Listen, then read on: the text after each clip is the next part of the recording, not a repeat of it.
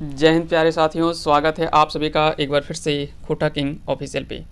तो आइए हम शुरुआत करेंगे आज, और हम आज जानने वाले हैं 20 महत्वपूर्ण प्रश्न संज्ञा के। ये आपके 20 प्रश्न जो वो खोटा संज्ञा से संबंधित प्रश्न होंगे, और ये 20 प्रश्न जो वो आपके लिए इम्पोर्टेंट प्रश्नों को इसमें शामिल किया गया है, जिससे आपके संज्ञा के कम टाइम पे आपको रिवीजन हो जाए और चीज़ों को आप आसानी से समझ सकें। तो चलिए शुरुआत करते हैं, पहले प्रश्न की ओर आते हैं। और अगर आपको संज्ञा का डिटेल वीडियो देखना है तो चैनल पे वीडियो अवेलेबल है, वहाँ से भी आप चाहें तो उन वीडियो को देख पाएंगे। चलिए शुरुआत करते हैं, पहले सवाल की ओर आते हैं। आज का पहला सवाल है कि खोटा संज्ञा के शुद्ध रूप लिखा।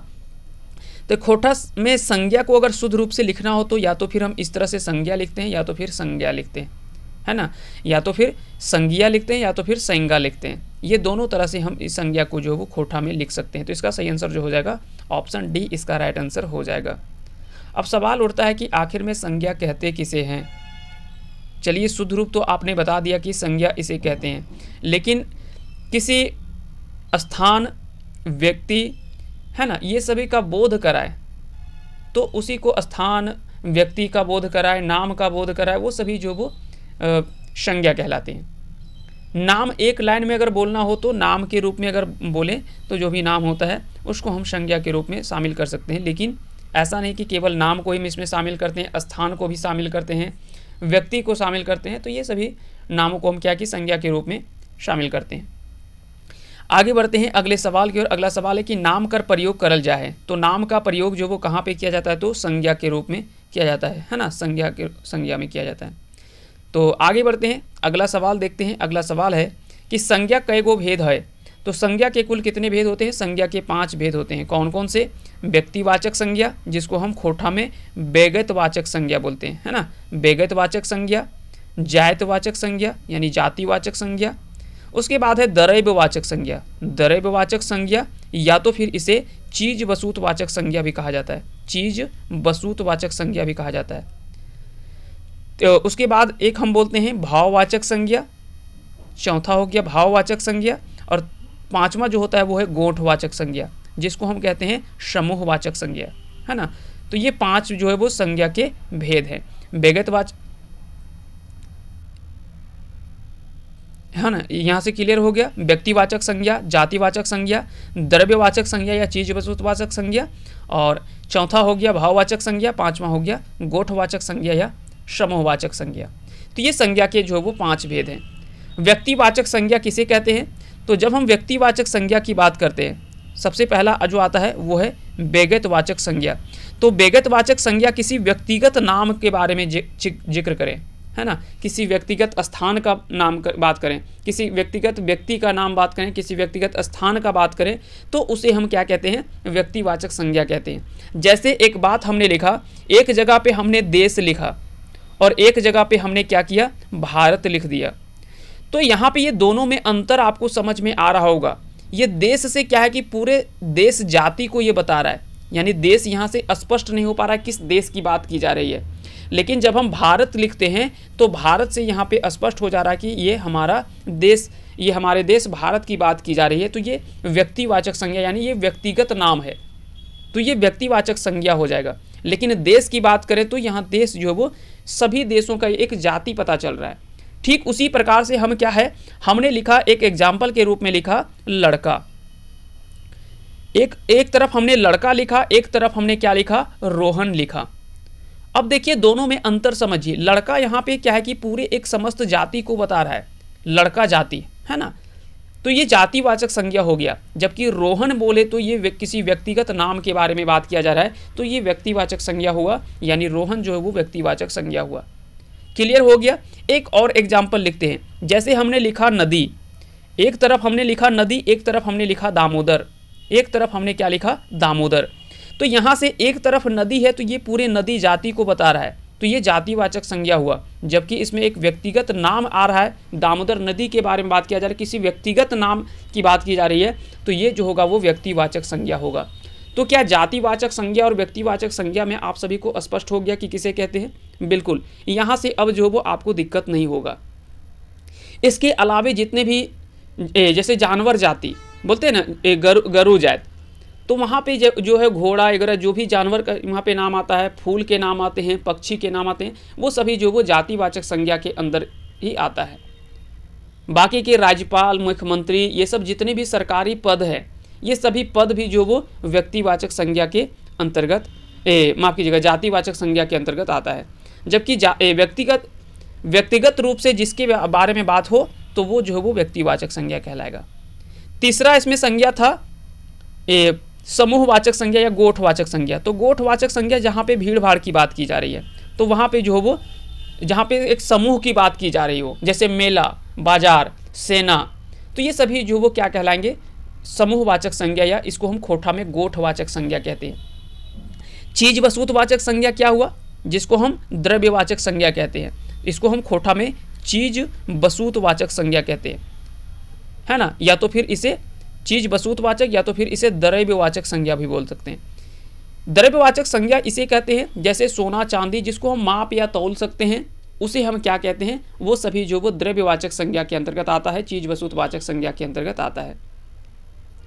जबकि भाव, जहां से भाववाचक संज्ञा की हम एग्जाम्पल देखेंगे आगे, उसके बाद आपको सारा चीज स्पष्ट जो वो हो जाएगा। चलिए आगे बढ़ते हैं, अगले सवाल की ओर आते हैं। कोई खास व्यगत ठाव कर बोध हवे ओकरा कहल जाए। तो किसी खास व्यक्ति का बात करें, किसी खास स्थान का बात करें, तो ये सभी क्या कहलाएगा, किसी खास नाम का बात करें तो वो सब क्या कहलाएगा, व्यक्तिवाचक संज्ञा कहलाएगा। क्लियर हो गया। जबकि एक समस्त जाति का बोध हो तो वो जातिवाचक संज्ञा कहलाएगा। जिसे मापा या तौला जा सकता है तो वो सब क्या होगा, द्रव्यवाचक संज्ञा कहलाएगा। जहां से एक पूरा भीड़ भाड़ समूह की बात की जा रही हो वो गोठवाचक संज्ञा या तो फिर समूहवाचक संज्ञा कहलाएगा। अगला सवाल है कि बेगतवाचक संज्ञा के प्रत्यय बतावा। इनमें से कौन सा जो व्यक्तिवाचक संज्ञा है, पानी नहीं, ये द्रव्यवाचक संज्ञा, से माप या तौल सकते हैं, है ना, इसको माप सकते हैं 1 लीटर, 10 लीटर, 5 लीटर, तो लीटर में माप सकते हैं इसको, तो ये क्या हो जाएगा, द्रव्यवाचक संज्ञा होगा, है ना। इसको खोटा में द्रव्य इस तरह से लिखते हैं, ठीक है, इसमें आप कंफ्यूज नहीं करेंगे। मेला, देखिए यहाँ पे भीड़ की बात की जा रही है, तो ये क्या होगा, गोठवाचक संज्ञा होगा, यानी समूहवाचक संज्ञा के अंतर्गत आएगा। सोना, इसे माप या तौला जा सकता है, तो ये भी क्या होगा, द्रव्यवाचक संज्ञा ही होगा। जबकि राम, ये व्यक्तिगत नाम के बारे में बात किया जा रहा है, तो यहाँ पे क्या होगा, व्यक्तिवाचक संज्ञा होगा। लेकिन यहाँ पे भी आपको कई बार ऐसे होते हैं कि जातिवाचक संज्ञा और व्यक्तिवाचक संज्ञा में आपको स्पष्ट नहीं हो पाता है बहुत जगह कुछ चीज़, तो उसके बारे में भी आगे हम बात करेंगे। उसको भी हम लोग जो वो अगला जो एग्जाम्पल होगा उसमें से हम इन चीज़ों को भी समझने का प्रयास करेंगे, ठीक है। तो ये से सारा चीज़ आपको ध्यान रखनी है। अगला सवाल है कि एकर में कौन टा बेगतवाचक संज्ञा नाय है। इनमें से आपको बताना है कि कौन सा एक जो है वो व्यक्तिवाचक संज्ञा नहीं है। हिमालय बिल्कुल है। अगर हम बोलते पहाड़, तो पहाड़ क्या है, पहाड़ जातिवाचक संज्ञा है, लेकिन पहाड़ में अगर बोले हिमालय तो एक व्यक्तिगत पहाड़ का नाम बोल रहा है, तो ये क्या हो गया, व्यक्तिवाचक संज्ञा हो गया। दामोदर, तो अभी हमने बताया, इसका एग्जाम्पल हमने लिया था, दामोदर क्या है, व्यक्तिवाचक संज्ञा है। लेकिन अगर बोलता नदी, तो नदी जो है वो जातिवाचक संज्ञा है, क्योंकि यहाँ पे स्पष्ट नहीं हो रहा है किस नदी की बात की जा रही है। गंगा, यमुना, दामोदर, नर्मदा, गोदावरी, ताप्ती, कृष्णा, स्वर्णरेखा, ये सभी नदी का नाम अगर वहाँ पे जिक्र आ जाए तो वो सब व्यक्तिवाचक संज्ञा होगा। लेकिन सिर्फ नदी के बारे में पूछा जाए तो वो क्या कहलाएगा, जातिवाचक संज्ञा कहलाएगा। रांची, ये आपको क्या है कि ये व्यक्तिवाचक संज्ञा है, लेकिन यहीं पे एक शब्द हमने जोड़ दिया जिला, तो जिला क्या है जी, तो जिला जो वो जातिवाचक संज्ञा है। हमको यहाँ पे पता नहीं चल रहा कि कौन से जिला की बात की जा रही है। जिला तो कई सारे जिला है, तो किसको हम बोलेंगे, तो ऐसे में क्या होगा, ये जिला जो है वो जातिवाचक संज्ञा का बोध कराता है, ना कि व्यक्तिवाचक। जबकि रांची जो है एक व्यक्तिगत जिला के बारे में हमको बताता है कि हाँ ये इसी जिला की बात की जा रही है, तो वहाँ पे इसका सही आंसर हो जाएगा। तो ये तीनों तो हमने बता दिया कि ये तीनों तो व्यक्तिवाचक संज्ञा है। लेकिन घोड़ा क्या है, घोड़ा एक जातिवाचक संज्ञा है। घोड़ा क्या है, जातिवाचक संज्ञा है। लेकिन अगर यहाँ पे हम बोल दे चेतक घोड़ा, अगर बोले कि चेतक घोड़ा, तो ये क्या हो जाएगा, ये व्यक्तिवाचक संज्ञा होगा, क्योंकि किसी का व्यक्तिगत घोड़ा का नाम यहाँ पे आ गया, तो ये व्यक्तिवाचक संज्ञा होगा। लेकिन घोड़ा क्या होगा, घोड़ा जो है वो जातिवाचक संज्ञा होगा। यहाँ से क्लियर हो गया आपको।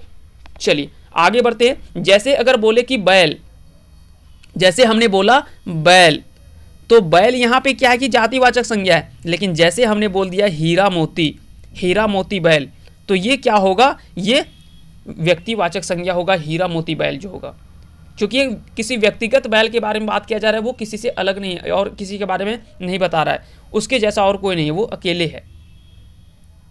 जबकि बैल तो कई सारे होते हैं, इसमें से कई समूह होता है पूरा, तो इसको हम पूरा एक जातिवाचक संज्ञा मानेंगे, लेकिन हीरा मोती बोल दे तो व्यक्तिवाचक संज्ञा होगा। आगे बढ़ते हैं, अगला सवाल है, जकर से गोटे जायत कर बोध भेटा है, ओकरा की कहल जाए? ओकरा कहल जाए जायतवाचक संज्ञा। ओकरा की कहल जाए? जायतवाचक संज्ञा कहल जाए। आगे देखते हैं, और इस तरह से चीज़ें आपको ध्यान रखनी है। अगला सवाल है कि ऊ एगो मोटर किन ले, ये वाक्य मोटर कौन संज्ञा लागे। अब देखिए यहाँ पे हो सकता है कि कई लोगों का सवाल होगा कि व्यक्तिवाचक संज्ञा हो सकता है, भाववाचक संज्ञा हो सकता है क्या? नहीं हो सकता, इसको हटा दीजिए। चीज वस्तु संज्ञा, इसको माप या तौल सकते हैं, तो इसको देखिए यहाँ पे इसका सही आंसर जो हो जाएगा वो हो जाएगा क्या? जातिवाचक संज्ञा। यानी मोटर यहाँ पे क्या है? एक जाति को बता रहा है। मोटर में कई सारे आते हैं, है ना, ये 2 पहिया आता है, 4 पहिया आता है, लेकिन वो भी क्या होगा? 2 पहिया में भी हमको स्पष्ट होना चाहिए। 2 पहिया में भी क्या होना चाहिए? स्पष्ट होना चाहिए कि 2 पहिया में भी तो कई सारे वाहन होते हैं। किसी व्यक्तिगत नाम लेकर के अगर बोले, जैसे टीवीएस का या हीरो का, होंडा का, है ना, इस तरह से अगर किसी का हम नाम अगर पुकार करके बोले तो वो व्यक्तिवाचक संज्ञा होगा, अन्यथा वो जातिवाचक संज्ञा होगा। क्लियर हो गया? तो इसका जो सही आंसर हो जाएगा वो हो जाएगा ऑप्शन बी, इसका राइट आंसर हो जाएगा। ठीक है, क्योंकि एक पूरा यहाँ से मोटर जाति को पूरा बता रहा है। NH33, NH100, NH7 ये कौन रकमेक संज्ञा है? तो देखिए यहाँ पे सड़क की बात नहीं की जा रही है, ना ही यहाँ पे सड़क की बात की जा रही है, ना ही यहाँ पे रोड की बात की जा रही है। यहाँ पे किसकी बात की जा रही है? यहाँ पे किसी व्यक्तिगत सड़क की बात की जा रही है। NH33, NH100, NH7 ये किसी व्यक्तिगत सड़क की बात की जा रही है, तो ये व्यक्तिवाचक संज्ञा यानी व्यक्तिवाचक संज्ञा होगा। लेकिन सड़क और रोड होता तो ये जातिवाचक संज्ञा होता। यहाँ से क्लियर हो गया? चीज वस्तुवाचक संज्ञा जिसे माप या तौल सकते हैं, जैसे सोना, चांदी, पानी, तेल, घी, ये सभी जितना भी होता है ना, ये सभी जो वो धान, चावल, जो भी मतलब आटा, ये सब गेहूं ये सब जो है वो चीज वस्तुवाचक संज्ञा के अंतर्गत आता है। जबकि समूहवाचक भीड़ भाड़ की बात की जा रही है यहाँ पे। आगे बढ़ते हैं, अगले सवाल की ओर आते हैं। पहाड़, नदी, डैम, झरना, देश, महादेश ये किस तरह की संज्ञा है? कौन रकमेक संज्ञा है? तो बता दें कि पहाड़, यहाँ से स्पष्ट हमको नहीं पता चल रहा है कि किस पहाड़ की बात की जा रही है, पूरे समस्त जाति को बता रहा है, पहाड़ जाति को। नदी, ये पूरे नदी जाति को बता रहा है, हमको किसी व्यक्तिगत नाम यहाँ पे नहीं लिया गया है कि किस नदी के बारे में बात करें। गंगा, दामोदर, यमुना, उत्तरी कोयल, दक्षिणी कोयल, सोन, है ना, इस तरह से किसी नदी के बारे में तो जिक्र नहीं कर रहा है। डैम, तो डैम में भी क्या है कि किसी व्यक्तिगत नाम यहाँ पे नहीं लिया जा रहा है। अगर बोलता कि मैथन, तो क्या है? वो व्यक्तिवाचक संज्ञा होता, लेकिन यहाँ पे सिर्फ डैम बोला जा रहा है, तो हमको क्या पता कौन से डैम की बात कर रहा है भाई। तो ऐसे में क्या होगा? ये सब जो कहलाएगा वो जातिवाचक संज्ञा कहलाएगा। हाँ, ये जातिवाचक संज्ञा के अंतर्गत आएगा। देश में भी हमको स्पष्ट नहीं कौन सा देश का बात किया जा रहा है। महादेश में भी हमको नहीं पता, एशिया महादेश की बात कर रहा है, अफ्रीका महादेश की बात कर रहा है, या तो फिर उत्तरी अमेरिका का बात कर रहा है, दक्षिणी अमेरिका का बात कर रहा है, यूरोप का बात कर रहा है। तो ये सभी चीज़ें हमको नहीं स्पष्ट हो रहा है। तो यहाँ से क्या है कि ये सभी जो है वो जातिवाचक संज्ञा के अंतर्गत आएगा। लेकिन वहीं पे एक हमने एग्जाम्पल लिया, महादेश से हमने एशिया ले लिया, महादेश से हमने एशिया ले लिया, देश से हमने भारत ले लिया, झरना से हमने क्या है कि मान लेते हैं कि कोई भी ले लेते हैं, कोई भी झरना, सपोज दैट हम ले लेते हैं आपका लोधा घाघ जलप्रपात ले लेते हैं। चलिए जलप्रपात हम ले लेते हैं, लोधा घाघ या हुंडरू, ठीक है, लोधा घाघ या हुंडरू ले लिए। डैम से हमने क्या है? मैथन ले लिया, मैथन। नदी से हमने क्या किया? स्वर्ण रेखा ले लिया, स्वर्ण रेखा। पहाड़ से हमने क्या किया? पहाड़ से हमने यहाँ ये, चलिए मान लेते हैं कोई भी पहाड़ ले लेते हैं, पारसनाथ ले लेते हैं। चलिए पारसनाथ हम झारखंड का ही लेते हैं, आगे का बात नहीं करेंगे, पारसनाथ। तो ये सभी जो हमने लिखा ना, ये सभी व्यक्तिवाचक संज्ञा होगा। कैसे? क्योंकि किसी व्यक्तिगत के बारे में बात करें, यहाँ पे व्यक्तिगत पहाड़ की बात किया जा रहा है पारसनाथ का, यहाँ पे व्यक्तिगत नदी की बात की जा रही है, यहाँ पे व्यक्तिगत डैम की बात की जा रही है, यहाँ पे व्यक्तिगत जलप्रपात की बात की जा रही है, यहाँ पे व्यक्तिगत देश की बात की जा रही है, यहाँ पे व्यक्तिगत महादेश की बात की जा रही है। तो यहाँ से चीज़ें स्पष्ट है, हम किसी और दूसरे के बारे में नहीं सोचेंगे। लेकिन अगर बोले देश, तो हम पता चला हम अमेरिका सोच रहे हैं, तब तक आप जापान सोच रहे हैं। तो दोनों का सोच एक जैसा होना चाहिए ना। जैसे भारत, तो भारत के लिए सबके लिए एक जैसा सोच होगा। अब ये अलग बात है कि किसी के लिए अच्छा सोच होगा, किसी के लिए बुरा सोच होगा, वो बात नहीं है। मतलब भारत के लिए तो सिर्फ भारत के लिए सोच होगा, ठीक है। जैसे पारसनाथ पहाड़, तो सभी लोगों का सिर्फ पारसनाथ के बारे में सोचेंगे, ना कि अलग अलग पहाड़ के बारे में सोचेंगे। ये चीज़ें स्पष्ट हो गया। चलिए आगे बढ़ते हैं और आते हैं अगले प्रश्न की ओर। तो इसका आंसर आपको पता चल गया, ये जातिवाचक संज्ञा होगा। धान कौन रकमेक संज्ञा लागे? धान जो वो क्या होगा? चीज वस्तुवाचक संज्ञा यानी द्रव्यवाचक संज्ञा कहेंगे, क्योंकि इसे मापा या तौला जा सकता है। तो ये क्या कहलाएगा? चीज वस्तुवाचक संज्ञा या तो फिर द्रव्यवाचक संज्ञा के अंतर्गत हम रखते हैं। साथ ही साथ एक और एग्जाम्पल के रूप में देखिए, जैसे लोहा, सोना, हीरा, दूध, तेल, पानी, ये सभी जो वो इसी के अंतर्गत आएगा। ये सभी जो वो इसके अंतर्गत आएगा, चीज वस्तुवाचक संज्ञा के अंतर्गत ही आएगा। सोना, लोहा, हीरा, दूध, तेल, पानी, घी, ये सभी जो वो किसके अंतर्गत आएगा? इसी के अंतर्गत आ जाएगा। चीज वस्तुवाचक संज्ञा के अंतर्गत ही रखेंगे। आगे बढ़ते हैं और आते हैं अगले प्रश्न की ओर। पंचेती, पेठिया, बारात, गोठवार कौन रकमेक संज्ञा लागे? अब एक चीज तो यहाँ से पता चल रहा है कि यहाँ पे भीड़ की तो बात हो रही है। पंचेती में भी कई लोग होते हैं, पेठिया यानी बाजार में भी कई लोग होते हैं, बारात में भी तो लोग होते ही हैं, और गोठवार, यहाँ पे गोठवार क्या होता है? जहाँ पे जानवरों का समूह होता है, यहाँ पे इतना बड़ा बना हुआ है, इसमें से कई सारे जानवरों का समूह होता है और इसको चारों तरफ से घेर करके लोग रहते हैं। इसको गोठवार कहा जाता है कि एक जगह गोठा के रख, यानी एक जगह समूह के रूप में रहता है। तो उसी को हम क्या कहते हैं? गोठवाचक संज्ञा या समूहवाचक संज्ञा कहते हैं। तो इसका आंसर जो हो जाएगा वो डी आंसर हो जाएगा। आगे बढ़ते हैं और आते हैं अगले प्रश्न की ओर। गीदर जायत बोधक संज्ञा लागे, गिदराली कौन रकमेक संज्ञा लगे? तो गीदर शब्द जो है वो यानी बच्चा, तो बच्चा से क्या है कि हमको समस्त बच्चा जाति का बोध हो रहा है ना। लेकिन अगर हमको यहाँ पे बचपन दे दे कि बचपन क्या है, तो बचपन जो है वो भाववाचक संज्ञा है। ठीक उसी प्रकार से गिदराली जो है ये भाववाचक संज्ञा है। बच्चा जातिवाचक संज्ञा है, लेकिन बचपन जो है वो भाववाचक संज्ञा है। गीदर जो है वो जातिवाचक संज्ञा है, लेकिन गिदराली जो है वो भाववाचक संज्ञा है। तो इसका आंसर जो हो जाएगा वो डी आंसर हो जाएगा। क्लियर हो गया? इस तरह के सवाल भी आपसे पूछे जाते हैं। ऐसा नहीं कि इस तरह का यहाँ पे सवाल आपसे नहीं बन सकता है, बन सकता है। नेताजी देश खातिर बलिदान भय गेल, हिया नेताजी कौन संज्ञा हकै? अब देखिए यहाँ पे नेताजी देश खातिर बलिदान भय गेल, कौन नेताजी देश खातिर बलिदान हुए थे भाई? तो नेताजी सुभाष चंद्र बोस हुए थे। तो हमको यहाँ पे व्यक्तिगत नाम का पता चल रहा है इससे, है ना। सुभाष चंद्र बोस जो थे उन्हीं को तो नेताजी हम कहते हैं। तो नेताजी देश खातिर बलिदान, और बलिदान वही ना हुए थे नेताजी। तो यहाँ पे क्या कि व्यक्तिगत नाम का पता चल रहा है। तो यहाँ पे जो नेताजी का शब्द का प्रयोग हुआ वो किस रूप में होगा? ये व्यक्तिवाचक संज्ञा के रूप में होगा। लेकिन अगर हम एक एग्जाम्पल ले लें कि झारखंडेक नेता सभिन भ्रष्ट हथिन, झारखंडेक नेता जी सभिन भ्रष्ट हथिन या नेक हथिन, किसी एक में तो नहीं बांध सकते, कुछ मिक्स होते हैं, लेकिन फिर भी चलिए हम ले लेते हैं कि झारखंड के नेताजी सभिन नेक हथिन। तो वहाँ पे नेताजी का अर्थ क्या हो रहा है? वहाँ पे पूरे झारखंड के पूरे नेता का पूरा एक जाति का पता चल रहा है। वहाँ पे नेताजी से कोई स्पष्ट नहीं हो रहा है कि किस नेता की बात कर रहे हैं। हम किसी व्यक्तिगत नाम नहीं लेंगे यहाँ पे, लेकिन पूरा एक नेताजी का एक जाति का बोध हो रहा है। तो वहाँ पे क्या होगा? वो जातिवाचक संज्ञा के रूप में होगा, ये उपयोग होगा, है ना। तो इस तरह से चीज़ें आपको कई बार क्या है कि स्पष्ट नहीं होगा। जैसे एक एग्जाम्पल हम अगला भी एग्जाम्पल लेंगे, है ना, उससे भी चीज़ों को जो वो और स्पष्ट कर लेंगे। आगे बढ़ते हैं, अगला सवाल देखते हैं कि तोय तो विभीषण लागे, हिया विभीषण कौन रकमेक संज्ञा लागे? तो यहाँ पे पूछा जा रहा है कि विभीषण जो है वो किस तरह का संज्ञा है।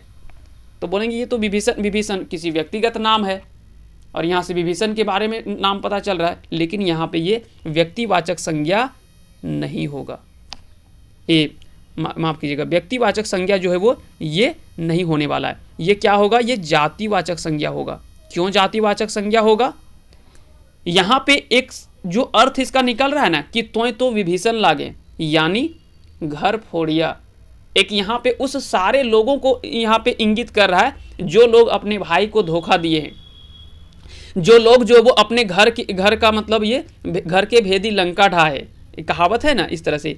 तो विभीषण के रूप में यहाँ पे दिखाया गया। तो ये एक पूरे उस जाति को दर्शा रहा है, जो लोग जो वो अपने घर को फोड़ने का काम कर रहे हैं, तो वो सभी लोगों को यहाँ से एक इंगित कर रहा है। तो ये जो कहलाएगा वो क्या कहलाएगा, ये जातिवाचक संज्ञा कहलाएगा, ना कि व्यक्तिवाचक संज्ञा कहलाएगा। तो इसका आंसर जो हो जाएगा वो बी हो जाएगा, क्योंकि यहाँ विभीषण जो है उस सभे भाइये के ऊपरे बात करल गेल है जे आपन भाई के धोखा दे हथिन, या तो फिर जो अपने घर को फोड़ने का काम करते हैं, वो सभी जाति को यहाँ पे इंगित कर दे रहा है, ना कि यहाँ पे किसी व्यक्तिगत विभीषण की बात की जा रही है जो रावण का भाई थे, उसके बारे में यहाँ पे नहीं बात हो रहा है।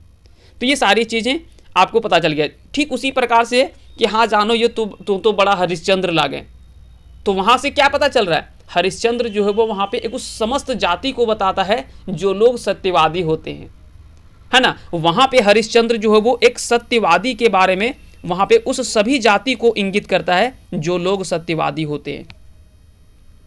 जैसे बोलते हैं कि तोय तो हरिश्चंद्र लागे, बड़का तोय तो हरिश्चंद्र लागे हमू जानो ही।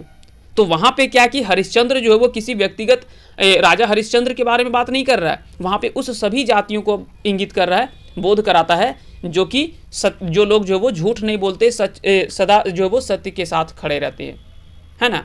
कि तोय तो हरिश्चंद्र लागे जे विश्वास करबो।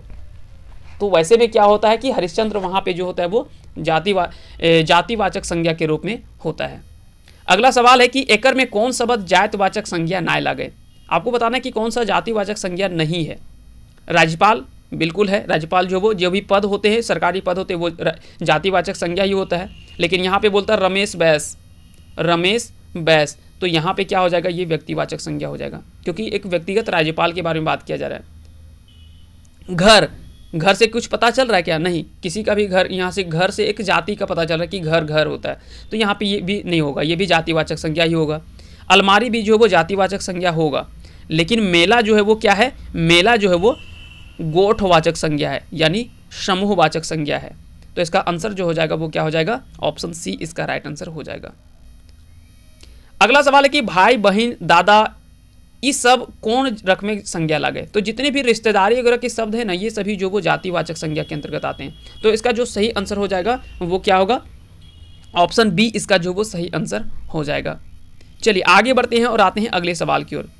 जे संज्ञा ले कोनो नाप तौल के बोध हबो है ओकरा की कहल जाए, तो ओकरा कहल जाए द्रव्यवाचक या चीज वस्तुवाचक संज्ञा। इसके बारे में हम लोग पहले चर्चा कर चुके हैं। आगे बढ़ते हैं और आते हैं अगले सवाल की ओर। जे संज्ञा ले कोनो घृणा प्यार गुस्सा दुलार के बोध हबो है ओकरा की कहल जाए, तो ओकरा कहल जाए भाववाचक संज्ञा, है ना, जिससे हम महसूस कर सकते हैं। घृणा प्यार गुस्सा दुलार ये सभी क्या कि महसूस किया जा सकता है, तो उसे हम क्या कहते हैं। जैसे बुढ़ारी, तो बुढ़ारी क्या है कि कोई नहीं, हम ये नहीं बोल सकते कि बुढ़ारी, जैसे बूढ़ा हमने लिखा तो एक जाति का बोध हो रहा है, समस्त बूढ़ा जाति का।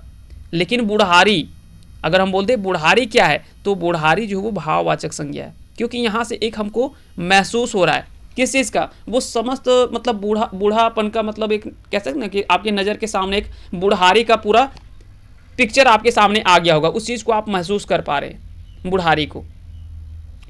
जैसे अठन्नी, तो ये सब क्या होगा, ये जो होगा वो भाववाचक संज्ञा होगा।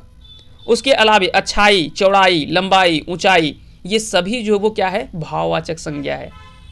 अच्छाई चौड़ाई लंबाई ऊंचाई इस तरह के सवाल अगर आपसे पूछ लिया जाए कि यह किस प्रकार की संज्ञा है, तो वो भाववाचक संज्ञा होंगी। क्लियर हो गया। आगे बढ़ते हैं और आते हैं अगले प्रश्न की ओर। अगला सवाल है कि जे संज्ञा ले कोनो भीड़ भाड़ कर बोध हवो है ओकरा कहल जाए, तो उसके बारे में हमने पहले बता दिया। गोठवाचक संज्ञा होता है जहाँ से हम लोग जो वो भीड़ का एक बोध होता है, जहाँ पे हम लोग भीड़ भाड़ की बात करते हैं, तो वो सभी क्या कहलाता है, वो सब कहलाता है गोठवाचक संज्ञा कहलाता है, जहाँ से भीड़ भाड़ की बात की जा रही होती है। आगे बढ़ते हैं और आते हैं अगले प्रश्न की ओर। आज का ये आखिरी सवाल है और इसका आंसर आपको कमेंट करके बताना है ना। इसका आंसर जो है वो आपको कमेंट करके बताना है कि इसका सही आंसर क्या होगा।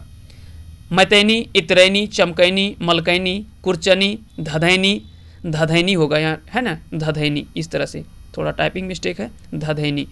ये सभी जो है वो किस प्रकार की संज्ञा है, इसका आंसर जो है वो आप लोग कमेंट करके हमें बता दीजिएगा कि इसका सही आंसर क्या होगा। जिसका सही आंसर रहेगा उसको हम हार्ट के रूप में दे देंगे ताकि आप सभी को पता चल जाए कि वो आंसर जो है वो सही है। तो इसका आंसर जो है वो आप लोग जरूर कमेंट करके बताइएगा। तो फिलहाल के लिए इतना ही। अगर आपको संज्ञा का पूरा कंप्लीट वीडियो देखना है तो चैनल पे अवेलेबल है, चाहें तो आप जा सकते हैं वहाँ पे।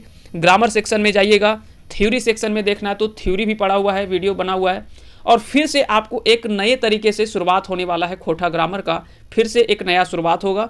उसमें से हम लोग एक एक करके कंप्लीट सारे सेक्शन को कंप्लीट करेंगे, है ना। उस पर भी काम जो वो जारी है, जल्दी उस सेक्शन को भी हम लोग कंप्लीट करने का प्रयास करेंगे। तो चलिए फिलहाल के लिए इतना ही, मिलते हैं नेक्स्ट टॉपिक में। तब तक के लिए आप सभी को बहुत बहुत धन्यवाद हमारे साथ अंत तक बने रहने के लिए।